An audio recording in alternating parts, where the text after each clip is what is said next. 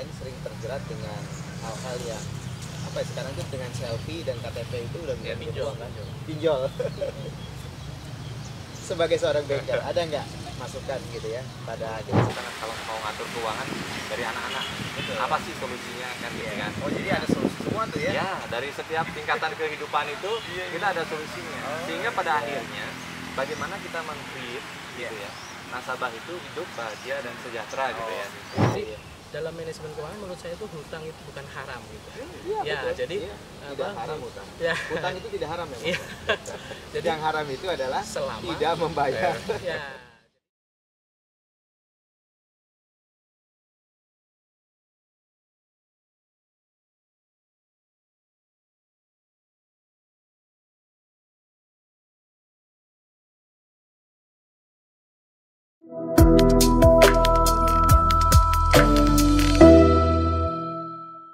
Assalamualaikum warahmatullahi wabarakatuh, teman-teman semua. Kembali lagi bersama saya di acara Bincang Shop. Kita melakukan syutingnya ini di Fakultas Ekonomi dan Bisnis. Di belakang kita ada jadi fenomenal FEB di suasana yang sangat cerah hari ini. Ya.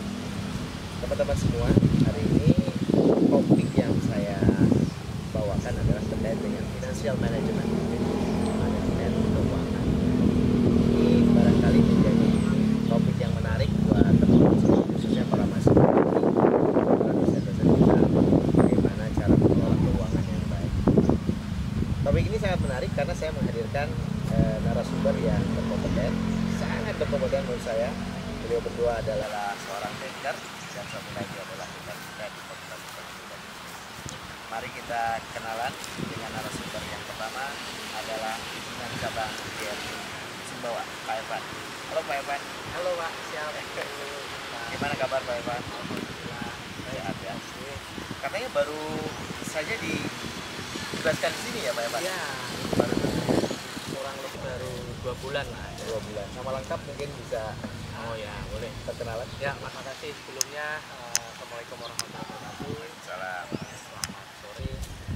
Izin perkenalkan diri, saya dengan Grifan Dwi Okta. Jadi per Juli kemarin saya baru saja bergabung di BRI Sumbawa Besar.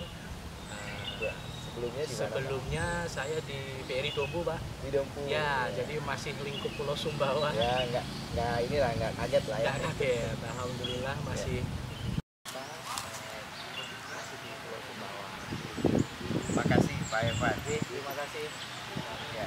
Selanjutnya teman-teman, Kepala Pimpinan Cabang BNI, kalau sebelumnya BRI, ini adalah BNI Sumbawa, yaitu Bapak Yoga. Selamat sore Pak Yoga. Ya, Pak Yoga bisa sedikit perkenalan dengan teman-teman. Oke, terima kasih. Selamat sore Prof, Monika, juga Mas Evan. Perkenalkan sebelumnya saya nama lengkap Made Svianta Yoga, biasa dipanggil Yoga. Ya, saya bertugas di BNI Sumbawa ini baru 1 bulan lebih sedikit lah, bulan Agustus startnya. Jadi dua pinca kita ini baru nih di Sumbawa. Iya, benar sekali. Baru saja ditugas Sumbawa, sebelumnya di BNI Mataram. Ya, Ya. Mataram ya. Ya. Jadi sudah tahun berapa bergabung dengan BNI Pak? Kalau saya di BNI dari tahun 97 Prof. Oh, sudah cukup senior. Semenjak tamat SMA. Ya, Pak, ya? Ya, tamat Bukan dari SMA langsung S1 kerja. dulu Bukan dari S1. Rekrutmen Dari di SMA. Bali, Pertama Pak? kali rekrutmen di wilayah Denpasar, tapi penempatannya langsung jauh, merantau langsung Kemana Pak dulu Pak? ke Kupang. Oh, gitu. Dari Kupang terus kemana lagi? Pak? Kupang, Denpasar, kemudian NTB, bolak-balik gitulah. NTB, NTT, jadi Bali, NTB, NTT udah lengkap lah. Iya, iya. Ya, NTB pernah di Mataram, pernah di Bima, sekarang di bawah. Nanti lengkap. Terima kasih Pak Ya. Yoga atas perkenalannya. Nah, mungkin teman-teman sebagai gambaran kedua orang pembicara kita sangat kompeten gitu. Nanti kita akan berbincang lebih banyak. Nah, saya ingin mengenalkan lagi ya, ini nggak perlu dikenalkan karena sudah terkenal. Dekan Fakultas Ekonomi dan Bisnis yaitu Ibu Diah Anggraini Hasri. Assalamualaikum Ibu.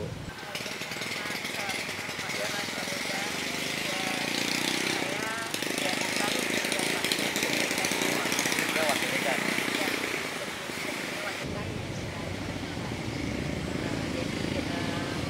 Saya backgroundnya dari matematika dan kebetulan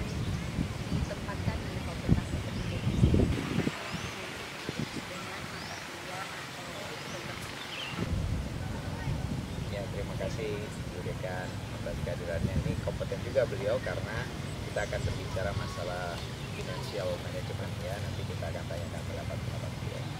Oke, yang pertama mungkin saya ingin diskusi dengan Pak Evan terlebih dahulu. Ya. Pak Evan, mungkin kita para pemirsa ya di rumah pengen tahu terkait dengan BRI-nya itu sendiri Sumbawa ini. Mungkin Pak Evan bisa memperkenalkan profil secara global. Ya. Baik, terima kasih. Jadi kalau di BRI Sumbawa itu namanya BRI Sumbawa Besar, Pak. Gitu. Ada besarnya ya? Ya, ada besarnya. Jadi kalau kita di BRI khusus di Sumbawa ini namanya BRI Sumbawa Besar. Jadi BRI Sumbawa Besar ini mencakup dua wilayah kabupaten. Betul. Yang pertama Kabupaten Sumbawa dan Kabupaten Sumbawa Barat. Ya, jadi dua kabupaten ada satu kantor cabang. Nah, untuk di BRI Sumbawa Besar sendiri juga ada beberapa unit kerja di bawah supervisinya. Itu ada kantor cabang pembantu. Yang pertama di kantor cabang pembantu di Alas. Terus yang kedua kantor cabang pembantu di Taliwang. Nah, selain kantor cabang pembantu kita juga punya 13 BRI unit, Pak. BRI unit. Ya, jadi selain ada kantor cabang pembantu, kami juga punya 13 BRI unit yang tersebar di Kabupaten Sumbawa dan Sumbawa Barat. Nah, yang membedakan mungkin dengan KCP tadi Pak, yang mungkin banyak sekali mungkin masyarakat awam yang juga masih belum paham bedanya apa sih KCP dengan BRI unit. Ya, kalau di KCP kita lebih ke segmen retail, Pak.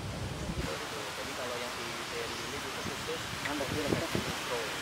Kita ada pembeda unit kerja yang menangani segmen mikro maupun segmen retail. Ya, kalau di kantor cabang memang sama, kita segmennya retail, tapi membidangi di seluruh wilayah di Kabupaten Sumbawa dan Iya. seperti itu. Sudah sejauh mana, sampai ke pedesaan-pedesaan atau apa itu? Ya, kalau di BRI unit kita tersebar di kecamatan, Pak. Iya. Gitu. Jadi ada kalau di unit di kota itu ada Sumbawa Kota 1, Sumbawa Kota 2, terus ada BRI unit Seketeng, terus BRI unit Labuhan, terus kalau agak ke arah barat ya, ke arah barat itu di mana Kutan, Alas, terus nanti ke sana lagi ke Taliwang, BRI unit Taliwang ada, terus BRI unit Maluk juga ada, BRI unit Sepeluk. Kalau yang ke arah timur kita dari Langam, terus ada BRI unit Empang, terus Pelampang. Ini apal semua ya. Karena terus-terusan melihat Iya, Pak. Terus ya. Jadi Pegawainya berapa, Pak? kurang lebih 350 pegawai ya. Tapi banyak outsourcing juga yang lainnya. Nah, ya kalau di kita pegawai ada 3, Pak. Jadi yang pertama kita 2 pegawai kontrak, yang satu lagi pegawai outsourcing.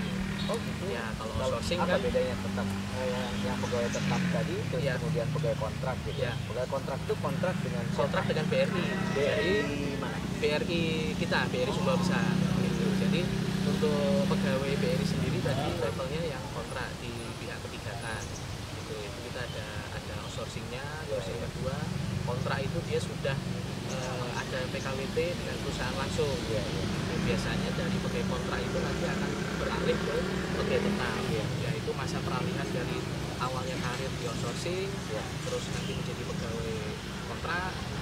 Nanti Gitu ya, bisa ngelanjut gitu ya Pak ya? Betul, Pak. Bisa direkomendasikan atau apa tuh? Nah, jadi kalau di pegawai kontrak sendiri kita biasanya ada beberapa misalnya di marketing gitu, Pak. Oh iya. Nah, jadi untuk menjadi seorang marketing dia yang pertama harus ikut tes terlebih dahulu. Jadi kan tes untuk menjadi pegawai marketing. Nah, dari marketing itu nanti dalam masa percobaan marketing biasanya 1,5 tahun itu nanti dalam masa kontrak, ketika dia dirasa mencapai target achieve, nah nanti bisa diangkat sebagai pegawai tetap perusahaan. Seperti itu, Pak. Nggak tahu ada nggak alumni kita tuh, ada yang tahu nggak tuh? Ya mungkin sejauh ini sih belum ada. Belum, Pak. Jadi terus terang beberapa kali kita kemarin rekrutmen untuk frontliner, Pak ya, CS dan teller gitu. Jadi kalau saya lihat kemarin ada beberapa sih memang UTS gitu, tapi S1 ya. ya S1, D3 dan S1 Pak, bisa.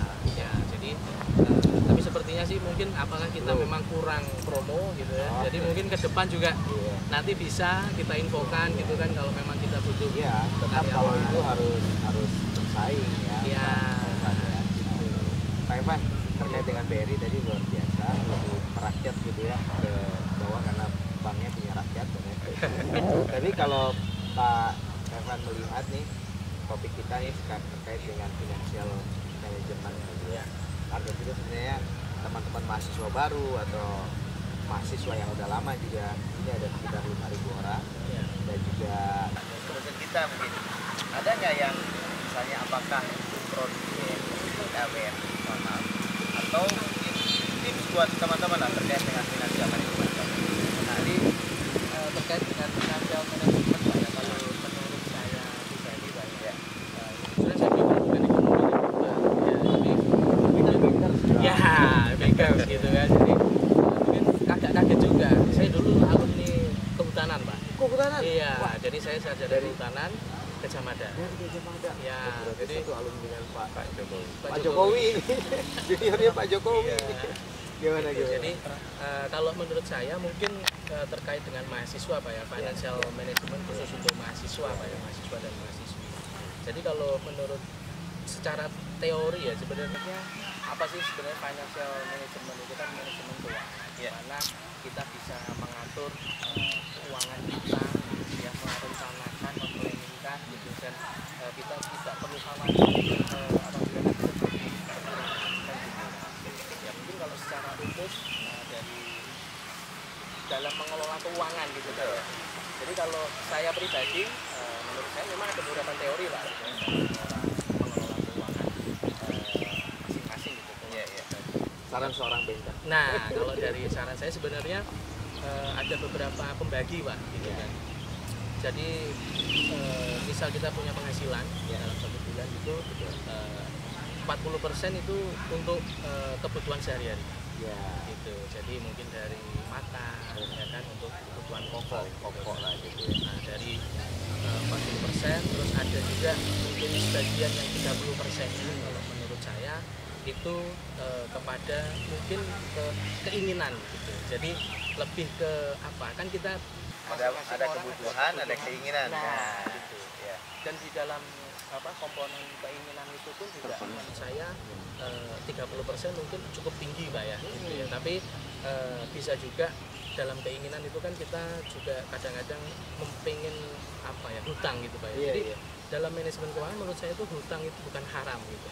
Ya, betul. jadi tidak haram hutang. Ya. Hutang itu tidak haram ya. Jadi yang haram itu adalah selama tidak membayar. Ya, jadi selama hutang itu untuk kebutuhan produktif. Nah, kalau hutang berarti tadi kebutuhan produktif. Jadi kan Bapak 40% untuk kebutuhan sehari-hari gitu ya. Kemudian 30% untuk keinginan nih. Terus kemudian nadar baru 70% nih Pak. 70%. Nah, itu 10%. Yang 20% untuk saving dan investasi. Nah, itu dia tuh. Nah, 20% saving investasi dan yang 10% untuk kebutuhan sosial. Sosial pasti perlu. Ya, jadi ya mungkin itu kalau pendapat saya secara pribadi. Tapi sebenarnya itu kan bisa dimodifikasi masing-masing tergantung dari pribadi kita masing-masing. Mungkin beda-beda ya. Betul, beda-beda. Tapi yang Bapak ingin sampaikan itu harus dibagi-bagi juga gitu. Ya. Jangan semuanya keinginan semua. Betul. Gitu. Atau jangan semua juga dengan investasi mungkin ya Pak. Ya bisa jadi itu juga, tapi tidak mungkin Pak. Kita kan butuh hidup juga ya, maksudnya untuk memenuhi kebutuhan hari-hari kan tidak mungkin porsi penghasilan kita 100% untuk diinvestasikan. Jadi kalau menurut saya seperti itu. Makasih banyak Pak Evan. Kita akan bahas lebih banyak lagi nanti. Selanjutnya saya ingin dengan Pak Yoga. Pak Yoga, tadi kita sudah mendengarkan penjelasan Pak Evan ya. Mungkin dengan pertanyaan yang sama, pertama kita ingin tahu lebih detail dan lebih langsung dari sumbernya nih tentang BRI. Kalau tadi punya rakyat, itu punya negara. Silakan Pak di bawah ini. Baik, nah terima kasih Pak Rektor. Jadi kalau benar tadi Bank Rakyat Indonesia, Bank Negara Indonesia gitu ya. Kalau tadi Mas Edvan kan banyak ya unitnya gitu ya. Betul. Ya, sesuai dengan tagline-nya kan rakyat gitu, terus rakyat gitu. Nah, kalau BNI itu memang kalau di Sumbawa Besar ini penyebutannya memang sama ya, BNI Sumbawa Besar. Mungkin ini cabangnya ada satu, yaitu di Kota Sumbawa ya, Kota Sumbawa. Nah, kita punya 7 outlet yang lain sampai dengan ada di Sumbawa Barat ya. Itu disebutnya apa? Ya, kantor Capem, kantor cabang pembantu. Jadi kita mulai dari onsite ada di dalam area tambang ada, ya. Ada di Ya, benar di area tambang juga ada kita. Kemudian keluar ada di Maluk, ya benar di Maluk. Kemudian ada di Taliwang, kemudian ke sini ke Alas. Kemudian ada di kota ada satu di Garuda. Di hutan nggak ada. Di hutan nggak ada. Jadi di Alas itu mengcover hutannya gitu kan. Kemudian ke Pelampang sama Lunyuk. Nah itu outlet kita itu, jadi totalnya dengan cabang ada 8 outlet. Jumlah pegawai di sana Pak? Jumlah pegawai totalnya 192. 150 Ya, 192 itu dari pegawai tetap, kemudian ada outsourcing, ada tenaga bina BNI. Oh, disebutnya. Nah, tenaga bina ini bukan kontrak ya, dia internship program. Oh. Ya, program magang khusus untuk frontliner dalam hari ini teller. Oh. Ya. Itu program dari pusat juga atau programnya Pak Yoga? Ada semua BNI ada programnya gitu. Jadi fresh graduate, ya, baik itu dia tamatan SMA, D1, D2, D3 ataupun sarjana. Bisa kita rekrut untuk internship program ini di BNI, tapi khusus dia sebagai tenaga frontliner, teller khususnya. Itu magangnya 3 tahun. Produk-produk keuangan yang Bapak tawarkan kepada masyarakat? Ya, kalau bicara produk keuangan, kita di BNI itu sering nyebutnya bukan produk ya. Kalau kita nyebut produk terlalu produk sentris gitu ya. Kita selalu nyebutnya kita sebagai bankers ini financial advisor, financial solution gitu ya. Nah, kalau tadi kan Mas Evan, kalau financial management itu ya memang mengatur keuangan kita ya. Betul. Kalau dari sisi saya sih sebenarnya kalau simpelnya itu, kalau kita ngatur keuangan mudah atau gampang? Kalau menurut saya sih gampang gitu ya. Asal kita tahu caranya kan gitu ya. Sama aja kayak kita ngatur manajemen itu ada kenal namanya POAC kan. Ya, di financial management pun kita bisa bawa itu sama aja. Mulai dari planning, kemudian organizing, equipping dan controlling kayak apa gitu ya. Jadi kalau kita mau ngatur financial management itu biar bagus, pasti satu plan menurut saya, plan yang paling penting. Kita punya tujuan apa sih ke depan? Gitu.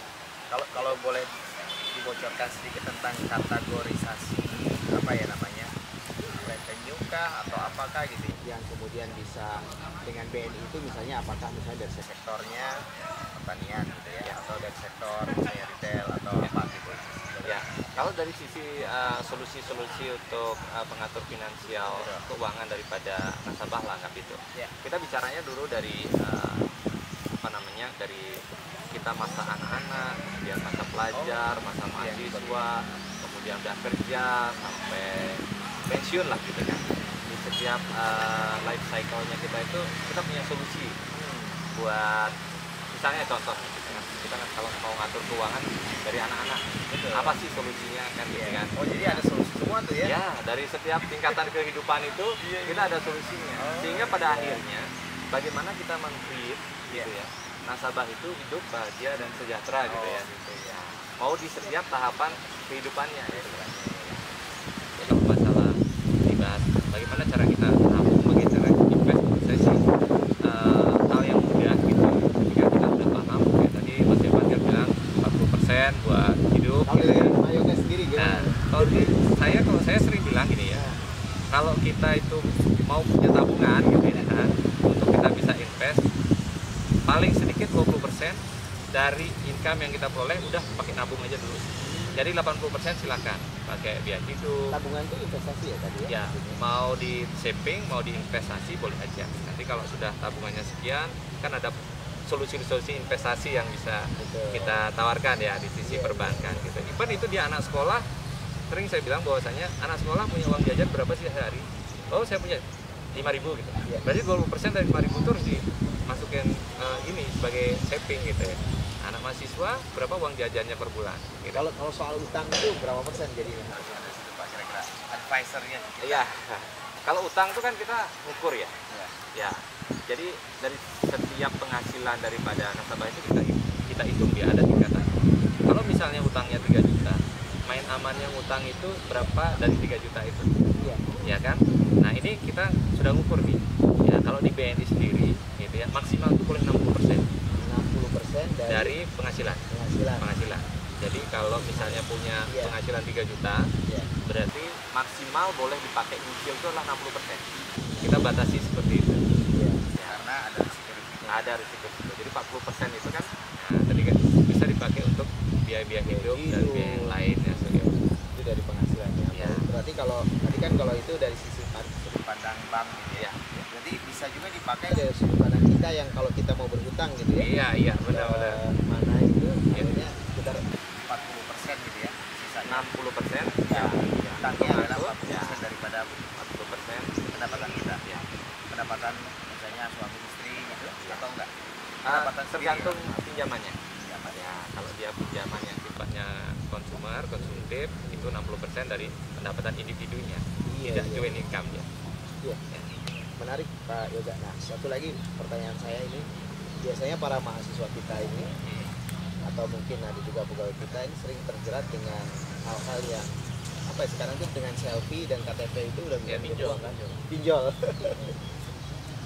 Sebagai seorang banker, ada nggak masukan gitu ya pada kita semua? Bagaimana batasan-batasan sehingga kita bisa membatasi diri gitu ya untuk Ya. masalah-masalah peminjaman tadi, utang. Oke, jadi terkait dengan bagaimana nih mahasiswa nih ya, biar topik kita bahasanya terkait dengan literasi keuangan gitu ya. Jadi literasi keuangan itu memang kalau sekarang kita belajar literasi keuangan itu kan sangat mudah, sangat gampang ya. Langsung googling udah ketemu kan literasi keuangan itu kayak apa.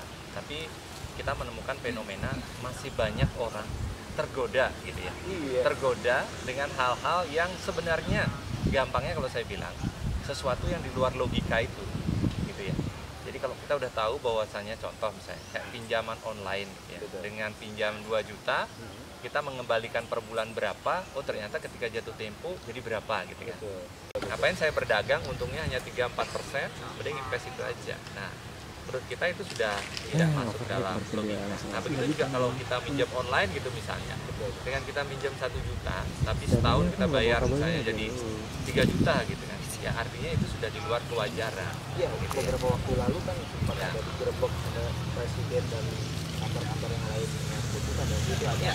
investasi dari Tiongkok kalau tidak salah yang seperti itu ya Pak. Ya, benar sekali. Sampai apa namanya di media sosial kemudian disebarkan yang bersangkutan bahwa kita pinjam dan sebagainya. Iya, benar sekali. Karena memang kalau pinjaman online itu gampang dapatnya gitu ya, gampang dapatnya, mudah aplikasinya segala macam. Tapi ketika kita nggak bisa bayar gitu ya, nah ada kondisi risiko di mana ya dalam tanda kutip bahwasanya semua data kita diambil alih sama dia, including data yang ada di handphone kita pun. Jadi kontak-kontak kita itu bisa disebarkan Itu ke Pak, mereka. saya ingin tanya mungkin juga di bank-bank yang lain. Mungkin bagaimana kebijakan privasi di bank itu sih sebenarnya Pak terkait dengan data pelanggan itu Pak? Kalau data pelanggan kita kan terikat dengan undang-undang ya Prof ya. Kita sudah ada undang-undang yang namanya rahasia bank. Betul. Kalau kita pegawai rahasia jabatan kan gitu ya. Betul. Rahasia bank artinya kita tidak boleh mengungkap simpanan nasabah, jumlahnya berapa gitu ya. Iya, iya. Itu sudah pasti Itu kita kode terikat etik undang, istilahnya. kode etiknya. Boleh. Itu rahasia bank. Misalnya saya tahu simpanannya Prof berapa gitu. Hmm. Saya bilang sama bodekan gitu misalnya, Prof punya uang sekian. Itu sudah melanggar rahasia bank. Dan itu bisa melanggar Ya, undang-undang. benar sekali. Dan pidana. Iya, benar. Itu ada undang-undang. Gitu. Dan kita sendiri pun ya terikat sama rahasia jabatan kita, tidak boleh melakukan hal seperti itu. Gitu. Seperti itu, Prof. Terima Ya. kasih Ya. Pak Yoga. Barusan nanti kita akan kembali lagi. nih. Baik. Bu Dekan, tadi kita sudah mendengarkan dari suara luar biasa. Kita sekarang akan disampaikan sebagai pendidikan yang kita lakukan dari FEB sendiri dengan pengumpulan ekonomi dan informasi soal masalah finansial ini sudah jadi lahap apa namanya sehari-hari lagi.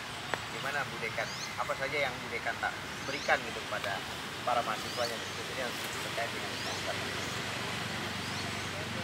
sebenarnya untuk manajemen keuangan itu bukan hanya menjadi PR dari fakultas ekonomi Betul.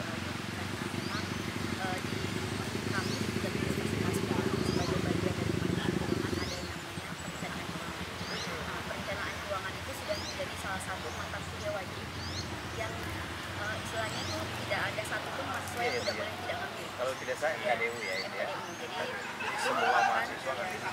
salah satu juga kebutuhan dari industri 4.0 di mana semua mahasiswa itu diwajibkan untuk memiliki kemampuan dalam literasi keuangan. Nah, jika di FEB itu untuk mata kuliah manajemen keuangan secara spesifik kami biasanya ada di semester 3. Semester 3 itu untuk mahasiswa akuntansi dan manajemen. Nah, untuk FEB dan lainnya tetapi kedepannya berdasarkan beberapa masukan dari stakeholder untuk program studi kami di kewirausahaan, kemudian bisnis digital dan ilmu aktuaria, memang ada saran dari beberapa stakeholder bahwa manajemen keuangan ini tidak hanya harus ada di manajemen dan akuntansi saja, tapi harus di semua prodi yang ada di fakultas, dan itu merupakan salah satu masukan yang baik. Nah, kemudian dari sisi mahasiswa kami sudah ada UKM penalti nih Pak. Jadi ada UKM penalti finansial literasi yang saat itu dibentuk tahun 2020. Tahun 2020 itu alhamdulillah kita bersama dengan OJK, kemudian Bank Indonesia, Bank NTB Syariah, ada BRI juga kalau tidak salah lupa ya. Jadi ada perpajakan, kemudian ada Bursa Efek Indonesia juga. Jadi kami melakukan semacam KKN penalti ke beberapa desa dan alhamdulillah respon masyarakat luar biasa. Jadi mereka dengan diberikan semacam sosialisasi langsung dengan isinya, mereka sama-sama membantukan sampai petani pun yang memang sangat detail untuk pengetahuan terkait dengan perencanaan literasi keuangannya, ya alhamdulillah dibantukan. Mungkin kedepannya kita bisa mengadakan hal-hal serupa begitu Bapak. Iya, Bu Dekan. Jadi akan sangat baik gitu, karena kita melibatkan mahasiswa dan praktisi untuk terjun langsung ke masyarakat untuk menyampaikan materi-materi terkait dengan literasi keuangan. Karena kan literasi keuangan ini memang sangat mudah diperoleh dari internet Pak, akan tetapi tidak banyak orang yang punya waktu untuk belajar dari internet seperti petani, kemudian pedagang di pasar dan sebagainya yang memang sangat rentan untuk terjerat yang namanya istilahnya itu yang pinjam ke rentenir seperti itu Pak. Dan untuk topik-topiknya pun kami sudah mengundang beberapa mahasiswa untuk memang fokus ke manajemen keuangan. Seperti saat itu kami minta mahasiswa untuk melakukan penelitian apa dampak dari video ini kepada mahasiswa. Jadi semuanya sudah kami pikirkan dengan baik untuk bagaimana mahasiswa kami maupun dosen kami ini secara ilmuwan tentang literasi keuangannya semakin meningkat. Ya betul Bu Dekan, kalau kita dosen mungkin belum banyak pengalaman ya, artinya kita baru lulus S1, S2, terus sekolah gitu ya, terus kemudian jadi pengajar bicara masalah literasi keuangan akan berbeda kalau misalnya Pak Yoga dan Pak Evan yang langsung ngajar gitu kan. Kan beliau praktisnya udah ada rencana-rencana seperti itu. Insya Allah di akhir tahun mungkin Pak, jadi kebetulan kami di tahun ini ada yang namanya kegiatan invest dan invest itu kegiatan untuk UMKM sebenarnya, tapi kami ingin mengadakan semacam kuliah umum dan melibatkan semua praktisi keuangan dan nanti UMKM yang bekerja untuk invest juga buat dan Ya, jadi Bu Dekan bisa berkolaborasi dengan perbankan yang ada, mitra-mitra strategis kita, Bank BRI dan juga Bank BRI. Bank BRI ini teman-teman semua mitra strategis kita. Bahkan di sini ada gedungnya, gedung BRI dan juga gedung BNI ya. Namanya tetap ada di sana gitu. Dan juga alhamdulillah kita kolaborasi sangat erat nih kedua perbankan plat merah kita nih. Termasuk dalam Himbara kalau tidak salah ya. Himpunan Bank Negara ya. Baik, terima kasih Bu Dekan.